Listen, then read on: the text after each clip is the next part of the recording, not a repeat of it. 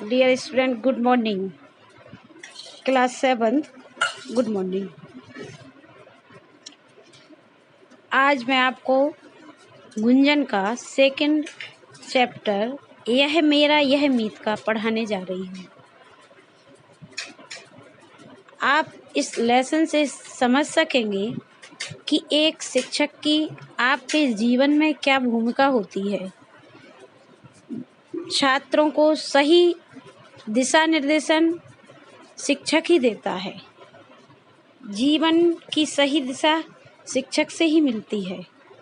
जो बच्चे पढ़ते नहीं हैं उनका पढ़ने में मन कैसे जागृत करते हैं, इस आचार्य हजारी प्रसाद द्विवेदी जी ने अपने जीवन की एक घटना को, संस्मरण को इस कहानी में लिखा है। आप देखेंगे कि उनके शिक्षक ने ना पढ़ने वाले बच्चों को कैसे पढ़ने के प्रति रुचि जागृत की। शिक्षक डांटता नहीं था, किंतु उस शिक्षक से बच्चे कैसे डरते थे, ध्यान देंगे। और साथ में अपने सहपाठी को भी कैसे पढ़ाते थे। हमारे शिक्षक उन शिक्षकों में से थे जिन्हें हार्ड टास्क मास्टर कहा जाता था। हजारी प्रसाद द्विवेदी जी अपनी विद्यालयकालीन समय की स्थिति बता रहे हैं कि हमारे जो शिक्षक थे उन्हें हार्ड टास्क मास्टर कहा जाता था। इसलिए हार्ड माने कठोर। वो उनका जो बोलना था, उनका जो समझाना था, वो स्ट्रिक्ट थे, सख्त थे। उनके डर से हम लोग रोज का पाठ तैयार कर लेते थे। क्या होता था कि सर का डर था, उन हेड मास्टर का डर था, जिसको आप प्रिंसिपल बोलते हो, उसको क्या कहा जाता था? उसको कहते हेड मास्टर। और जो स्ट्रिक्ट होता है उसको क्या कहते? Hard task master. तो उनके डर से तैयार कर लेते थे। आज भी बच्चे हैं, जो शिक्षक तेज होगा, जो आपको सख्त पनिश करेगा तो आप उसका लेसन तो जल्दी करेंगे, उसका होमवर्क जल्दी करेंगे। लेकिन जो आपसे अच्छे से बात करेगा उसको आप टालने का प्रयास करते हैं, है ना। फिर भी 2-3 बालक कुछ ऐसे भी रहते। सब कक्षा में बच्चे एक से तो रहते नहीं। आप में से भी कुछ ऐसे होंगे, कुछ को जल्दी याद होता, कुछ को देर से याद होता। तो बताई ही हुई जो वो पढ़ाते थे या जो विद्या देते थे, उसको स्मरण माने होता याद रखना। ब्लू कलर में जो लिखा है, नीले कलर में, उसका अर्थ है याद रखना। स्मरण माने याद रखना। तुरंत लिखते जाएं आप लोग। यद्यपि लिखने का काम जो कमजोर बच्चे होते वो क्या करते, इसे उसकी कॉपी लेके काम तो पूरा कर लेते, लेकिन याद कुछ नहीं कर पाते, क्योंकि डर था सर का कि मारेंगे कि डांटेंगे। तो किसी की कॉपी लेके काम बच्चे पूरा कर लेते थे। लेकिन कभी कभी ऐसा होता कि शिक्षक कभी इतना अच्छा दिशा निर्देशन देता है किसी कहानी के माध्यम से, किसी सामने दृष्टांत के माध्यम से जो घटित हुआ हो, तो उस युक्ति माने उपाय। युक्ति माने क्या होता? उपाय। उन्होंने एक उपाय निकाला कि अपने समय की एक कहानी सुनाते थे। हजारी प्रसाद द्विवेदी जी कहते हैं कि मैं उस कहानी को आज तक नहीं भूल पाया। उन्होंने कहानी क्या सुनाई कि किसी गांव में बहुत अच्छी मित्रता वाले 2 मित्र थे। दोनों एक दूसरे को मीत कहते थे। मीत माने होता है मित्र। मीत माने क्या होता? मित्र। कहकर एक दूसरे को पुकारते थे। एक ही गुरु के पास पढ़ने जाते थे, वो एक ही शिक्षक के पास पढ़ने जाते थे। उन दोनों की जो मित्रता थी, दोस्ती थी, उसे देखकर सब लोग हैरान थे। हैरान माने परेशान थे। लेकिन क्यों परेशान थे? क्योंकि उनमें से क्या होता, एक दरिद्र पिता का पुत्र था। दरिद्र माने गरीब। दरिद्र माने गरीब। एक गरीब पिता का पुत्र था। उसके पास ना तो खाने के लिए पर्याप्त अन्न था, ना पहनने के लिए कपड़े थे, ना किताब कॉपी की तो बहुत दूर की बात हो गई, है ना। और दूसरा था धनी व्यापारी का पुत्र, खूब पैसे वाले का पुत्र था। उसका घर सब तरह से परिपूर्ण था। देखो बच्चों, जो ब्लू कलर से शब्द दिए हुए हैं उनकी मीनिंग इसमें लिखी हुई है, वो आप अपनी होमवर्क कॉपी में अवश्य लिख लें। नेक्स्ट देखेंगे, साथ ही उसके पास अपने मीत के लिए एक दिल भी था, पैसा भी था। कई लोगों के पास पैसा होता लेकिन मित्रता में खर्च नहीं करना चाहते, जब उसका मन होगा तभी खर्च करेगा, है ना।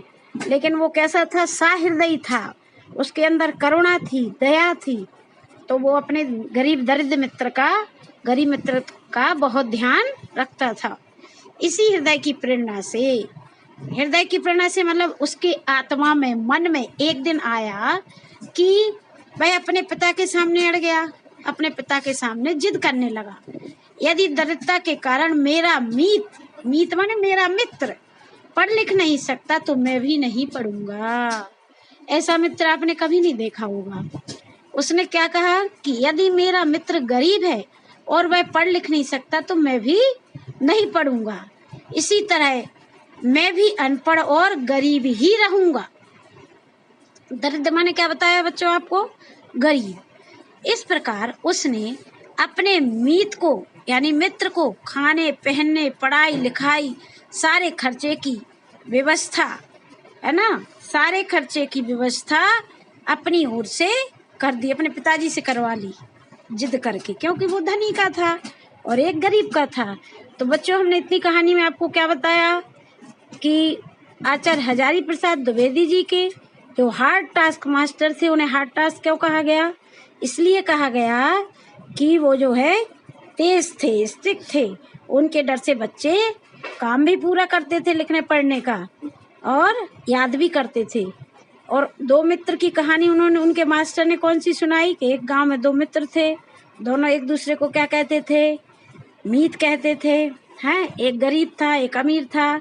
अमीर वाले व्यापारी के पुत्र ने क्या किया, अपने गरीब मित्र की सहायता करवाई कि यदि वो नहीं पढ़ पाएगा गरीबी के कारण तो मैं भी नहीं पढ़ूंगा।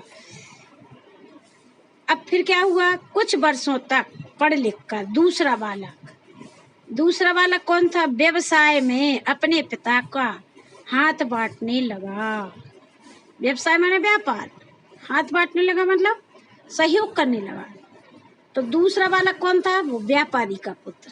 दूसरा बालक कौन है, व्यापारी का पुत्र। वो अपने पिता के व्यवसाय में यानी व्यापार में हाथ बांटने लगा, सहयोग देने लगा, लेकिन अपने मीत के वो सारे खर्चे दिलाता रहा। और वो क्या करता रहा, उसने भी सोचा कि देखो कोई हमारी मदद कर रहा तो हमें इसका दुरुपयोग नहीं करना चाहिए। बच्चों, कई बच्चों को स्कॉलरशिप मिलती है लेकिन वो उतने अच्छे ढंग से पढ़ते नहीं है। आज भी आपको ऐसे सहयोग गवर्नमेंट देती है। आगे चलकर वह दरिद्र बालक क्या हुआ, निरंतर प्रगति करता रहा, लगातार उन्नति करता रहा। आगे चलकर वह गरीब बालक राजनीति, धर्मशास्त्र, अर्थशास्त्र, इतिहास, साहित्य, ज्योतिष आदि नाना माने विभिन्न प्रकार की विद्याओं का प्रकांड माने बहुत बड़ा विद्वान के रूप में प्रतिष्ठित हो गया। यानी उसको सब जानने लगे। प्रतिष्ठित माने रेपुटेशन, उसकी सब कोई जानने लगा कि ये जो है व्यक्ति जो गरीब था लेकिन आज वो पढ़ लिख कर इतना विद्वान हो गया, तो अब उसे कोई गरीब के नाम से नहीं जान रहा। पढ़ने लिखने शिक्षा प्राप्त करने से आदमी विद्वान के नाम से जानता है। आपने संस्कृत में एक सूक्ति सुनी होगी, विद्वान सर्वत्र पूजते राजा स्वदेश पूजते। राजा तो केवल अपने राज्य में पूजा जाता है, लेकिन जो पढ़ाई का महत्व रखता है, पढ़ लिख कर विद्वान बनता है, उसको तो विदेशों में भी लोग बुलाते हैं, है ना। तो इसलिए बच्चों, पढ़ाई लिखाई जीवन के लिए शिक्षा अनिवार्य है, अवश्य पढ़ना चाहिए। उसकी ख्याति माने यश, कीर्ति सुनकर, जिसको आप बोलते फेमस, है ना, सुनकर उस राज्य के राजा ने उसका स्वागत किया। देखो कहाँ गरीब था, एक मित्र की मदद से वो क्या बन गया, विद्वान बन गया पढ़ लिख कर। और उसकी विद्वत्ता यानी जो उसके गुण थे विद्वान के, उस पर मुग्ध होकर माने प्रसन्न होकर उन्होंने क्या किया, मंत्री बना लिया। किसे मंत्री बनाया, गरीब बालक को, क्योंकि वो पढ़ लिख कर विद्वान बना। और दूसरा बालक कौन था, व्यापारी का पुत्र। इधर बेचारे व्यापारी के भाग्य पर वज्रपात हो गया, कठोर, है ना, वज्रपात माने कठोर। कठिनाई आ गई। क्या? अकस्मात एक दिन आगे चलकर वह दरिद्र बालक, ठीक है, अकस्मात सॉरी अचानक अचानक अचानक एक रात डाकुओं ने उसकी सारी संपत्ति लूट ली। किसकी? जो धनी व्यापारी का पुत्र था, है ना। और जब जान बचाने के लिए सारे परिवार के लोग घर से बाहर निकल गए, तब डाकुओं ने उनका घर भी फूंक दिया, यानी जला दिया। इसी शोक माने दुख, दुख में व्यापारी स्वर्ग सिधार गया। मुहावरा है ये बच्चों। स्वर्ग सिधार गया माने समाप्त हो गया, मरण को प्राप्त हो गया। उसका पुत्र बेचारा दाने दाने को मोहताज हो गया। दाने दाने को मोहताज होना भी मुहावरा है। इसका अर्थ है कि दाने दाने को मोहताज होना है, नहीं एक भूखा प्यासा रहना, एक अन्न का दाना भी ना मिलना। परिवार के भरण पोषण के लिए, उसके सामने भरण पोषण माने पालन पोषण करने के लिए, परिवार को खिलाना पिलाना, कपड़े, सब आवश्यकताओं को पैसे चाहिए, कहाँ से लाए। तो उसने सोचा अब तो सिर्फ मेरे सामने एक भीख मांगने का ही उपाय रह गया। अब देखो, जो पढ़ा लिखा था उसने क्या किया, जो धनी था उसने क्या किया, आगे की कहानी में आप समझेंगे। एक दिन राजधानी के मार्ग पर, जिस राज्य में वह गरीब बालक पढ़ लिख कर विद्वान होकर मंत्री बन गया था, उसी राजधानी में मार्ग माने रास्ते पर अपने पुराने मीत को, पुराना मीत कौन हो गया? गरीब का, पुराना मीत व्यापारी का लड़का, तो वो पुराना मीत फटे हाल भिक्षुक के रूप में देखा, फटे हटे कपड़े पहने भिखारी के रूप में देखा। मंत्री को बहुत दुख हुआ, क्योंकि उसने बहुत सहयोग किया था, जिसके कारण वो मंत्री बना। वह उसे अपने घर ले गया, मीत के परिवार को भी बुला भेजा। एक दिन कुछ दिन खिलाया पिलाया, उन्होंने अपने पास रखा। देखो मित्र ये होता है, गरीबी में उनकी सहायता की। आज उस मित्र पर परेशानी आई तो उस मित्र ने सहायता की। एक दिन व्यापारी मित्र बोला कि इस तरह कब तक तुम्हारे मेहमान बने रहे। उसको भी शर्म आने लगी कि कब तक इसका कमाया खाएंगे, मुझे कुछ धन उधार दे दो, मैं फिर से व्यापार शुरू करूँगा। राज्य का मंत्री होते हुए भी उसके मीत ने इतना धन एकत्रित नहीं किया था। क्यों नहीं किया था? क्योंकि उसमें भ्रष्टाचारी नहीं थी, बेईमानी नहीं थी, वो ईमानदारी से काम करता था जो मंत्री बना था, जिससे वह अपने मीत की तत्काल सहायता करे। तत्काल माने तुरंत। अब जब उसने पैसा अनर्थ में नहीं कमाया तो वो जो है अपने मित्र की सहायता करने में, तुरंत पैसा देने में असमर्थ हो गया। कुछ पल सोचता रहा। कौन सोचता रहा? मंत्री। और इसके बाद उस मंत्री ने उस व्यापारी से कहा, व्यापारी यानी वो व्यापारी का पुत्र, उसका मित्र है, विपत्ति में घबराते नहीं मीत। कहने लगा कि पर संकट में घबराओ मत मित्र, हमारे महाराज प्रत्येक पूर्णिमा के दिन याचकों को दान देते हैं। कहने लगा हमारे जो राजा हैं वो जो प्रत्येक पूर्णिमा पड़ती है उस पे याचक माने भिखारियों को दान देते हैं। जो याचक सबसे पहले सामने आता है, यानी जो भिखारी उनके सबसे पहले सामने पहुंचता है, वो राजा उसे 100 मुद्राएं देते हैं। 100 मुद्राएं स्वर्ण के सिक्के। आज से तीसरे दिन ही पूर्णिमा है। वो समझाने लगा कि आज से तीसरे दिन पूर्णिमा पड़ेगी, तुम कल रात को ही राजमहल पहुंचकर मुझसे मिलना। उसको रास्ता बता दिया उसने, पैसा कैसे मिलेगा। मैं राजा के सामने सबसे पहले तुम्हारे पहुंचने की सारी व्यवस्था कर दूंगा। यानी कैसे पहुंचना है महल तक। उस मंत्री था तो उसने सारी अपने मित्र की सहायता के लिए व्यवस्था कर दी। इस तरह तुम्हें 100 मुद्राएं मिल जाएंगी और उनसे तुम्हारे परिवार का भरण पोषण भी हो जाएगा, और बाकी जो पैसा बचेगा उससे तुम अपना व्यापार शुरू कर लेना। व्यापारी की सूखी आशा लता जैसी हरी भरी हो गई। अब ये भी एक मुहावरा जैसा है। उसको अपने मित्र से उम्मीद लग गई कि अगर मिल जाएगा तो सूख तो गया था, वो गरीब हो गया था, तो कम से कम उसका व्यापार कुछ शुरुआत हो जाएगा। हरी भरी का अर्थ जैसे बीज बो पौधा निकलता है, हरा भरा दिखता है कि नहीं, इसी तरह सूखी जमीन पे। दूसरे दिन व्यापारी निश्चित स्थान पर पहुंचा। मंत्री की व्यवस्था से उसे 100 मुद्राएं भी मिल गईं। वह हंसता हुआ घर लौटा। अब उसका परिवार कुछ सुख से रहने लगा। उसने अपने नगर लौटकर नए सिरे से, फिर वो अपने नगर लौटा। कौन? वही गरीब हो गया था जो व्यापारी का बेटा है ना, से व्यापार करने की योजना बनाई। दोनों मीत गले मिले, एक दूसरे से विदा हुए। मंत्री राजकाज में लग गया। मंत्री यानी वो गरीब मीत जिसकी उस व्यापारी ने सहायता की थी, अपने में लग गया। व्यापारी मीत अपने व्यवसाय में लग गया। अनुभवी और विपत्ति का मारा होने के कारण उसने व्यापार में अपनी पूरी शक्ति और बुद्धि लगा दी। देखो, शिक्षित होना जरूरी है, तब आप बुद्धिमान बन पाएंगे, है ना। और हार्ड वर्कर होना भी जरूरी है, कठिन परिश्रम करना भी जरूरी है यदि हमें कोई अच्छी सफलता चाहिए तो जब उसने अपनी शक्ति और बुद्धि यानी अपना परिश्रम और बुद्धि का उपयोग किया तो उसका व्यापार भी दिन दूना रात चौगुना होता गया, चमक उठा। उधर मंत्री संपन्न था लेकिन सुखी नहीं। देखो, मंत्री के पास पैसा बहुत था, है ना। संपन्न माने खूब पैसा था उसके पास, किसी बात की कमी नहीं थी, है ना।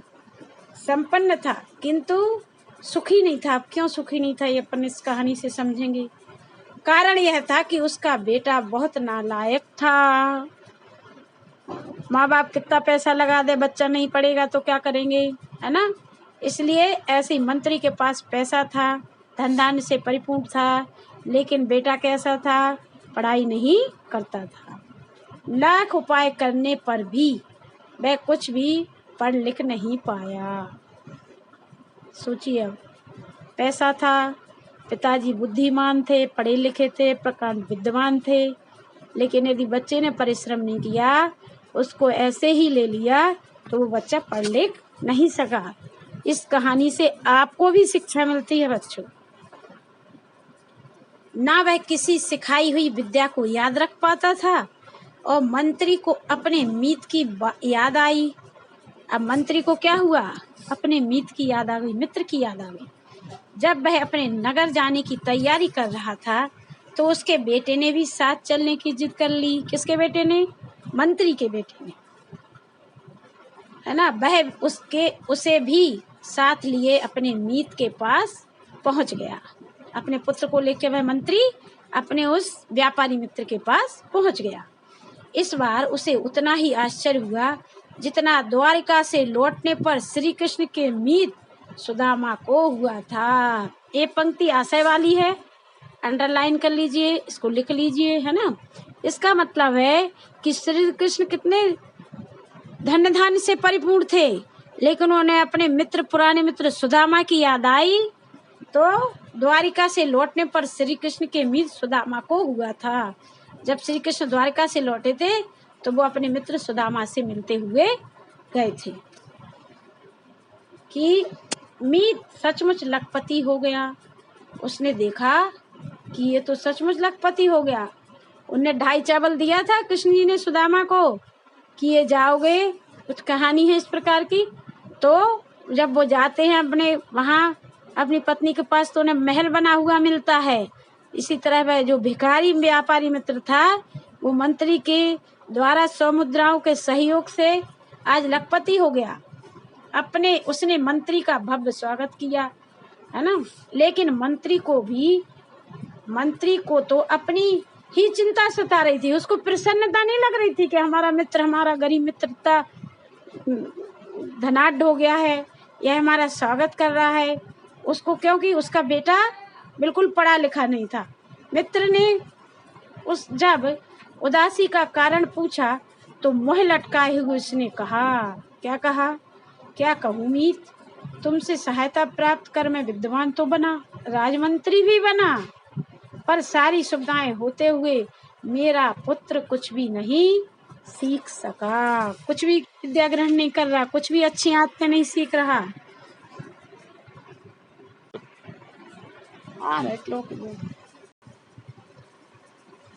बातचीत के दौरान व्यापारी मीत ने मंत्री के पुत्र के बारे में सारी बातें जानकर उसके पुत्र से कहा।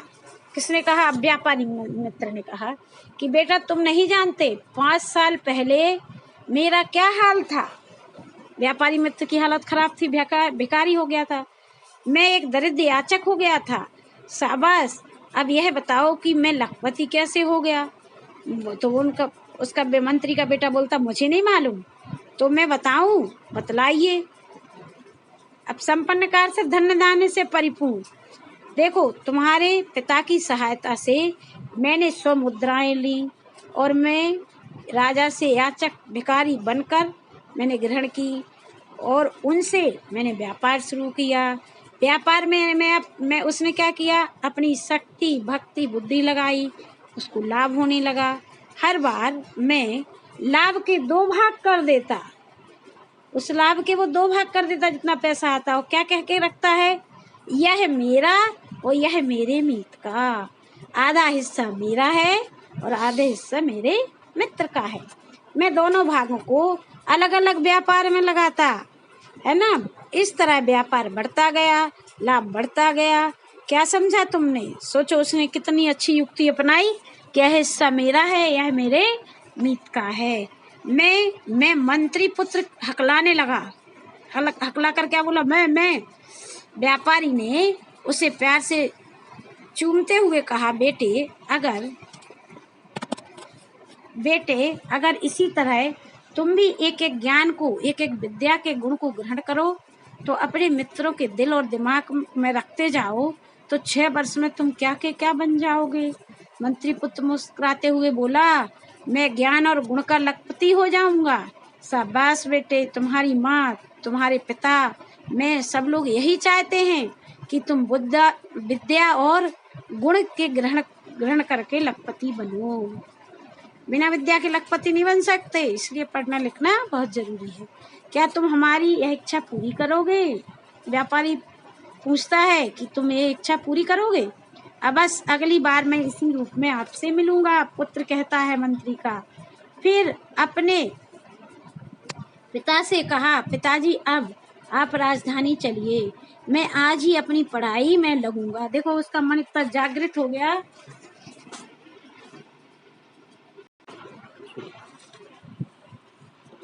देखो है ना, अब वो पढ़ाई लिखाई में उनका मन जागृत हो गया कि शिक्षा का क्या महत्व है, उसने समझ लिया। वो कहता है पुत्र अपने पिता मंत्री से कि मुझे रास्ता मिल गया, अब जो कुछ भी पढ़ूंगा सब याद रहेगा। मंत्री समझ गया कि लड़के की बुद्धि खुल गई है ना, वह उसका मन बन गया, जागृत हो गया। उसने मुस्कुराते हुए अपने मित्र से विदा ली। राजधानी पहुंचकर उसका पुत्र अध्ययन में चौगुने उत्साह में लग गया, यानी चौगुना यानी परिश्रम करने लगा। कठिन दिन दूना रात चौगुना। हर रोज वह जो कुछ सीखता मन ही मन एक कल्पना बनाई उसने, है ना, कि मित्र को भी सिखाता। वह कहता यह मेरा, यह मीत का। जिन बच्चों को याद नहीं होता, इस तरह से आप याद कर सकते हो क्वेश्चन को कि एक बार याद करके यह मीत का और एक बार याद करके यह मेरा, आपको अपने आप याद हो जाएगा। इस तरह हर पाठ को दोहराता था। लड़का क्या करने लगा? मन लगा कर पढ़ने लगा, सारी विद्याएं सीखता गया, अच्छे गुणों से भी संपन्न हो गया और 6 वर्ष बाद वह भी प्रकांड पंडित बन गया। आगे चलकर वह अपने मंत्री जो था अपने पिता का उत्तराधिकारी बना। गुरुजी यह कहानी सबको सुनाते। बच्चों कहानी बहुत रुचिकर है, आपको समझना चाहिए कि यदि हमें कुछ याद नहीं होता तो हम कैसे याद करें, है ना। विशेष रूप से उन शिष्यों को जिनका मन पढ़ाई में नहीं था, वह सीधी सादी कहानी सभी शिष्यों पर प्रभाव पड़ता। आप पर कितना पड़ा, यस करके बताइए हमें इस कहानी से। सब में पढ़ाई लिखाई के में एक नया उत्साह भर जाता कि पढ़ना कितना जरूरी है। सब जी जान से पढ़ने लगते, स्वयं तो पढ़ते, अपने सहपाठियों को, क्लास फेलों को, अपने मित्रों को भी पढ़ाते। मीत का भाग भी तो रखना है। ये आचार्य हजारी प्रसाद द्विवेदी की बहुत रुचिकर कहानी है। अब आगे फिर बना वीडियो, देख लो जरा।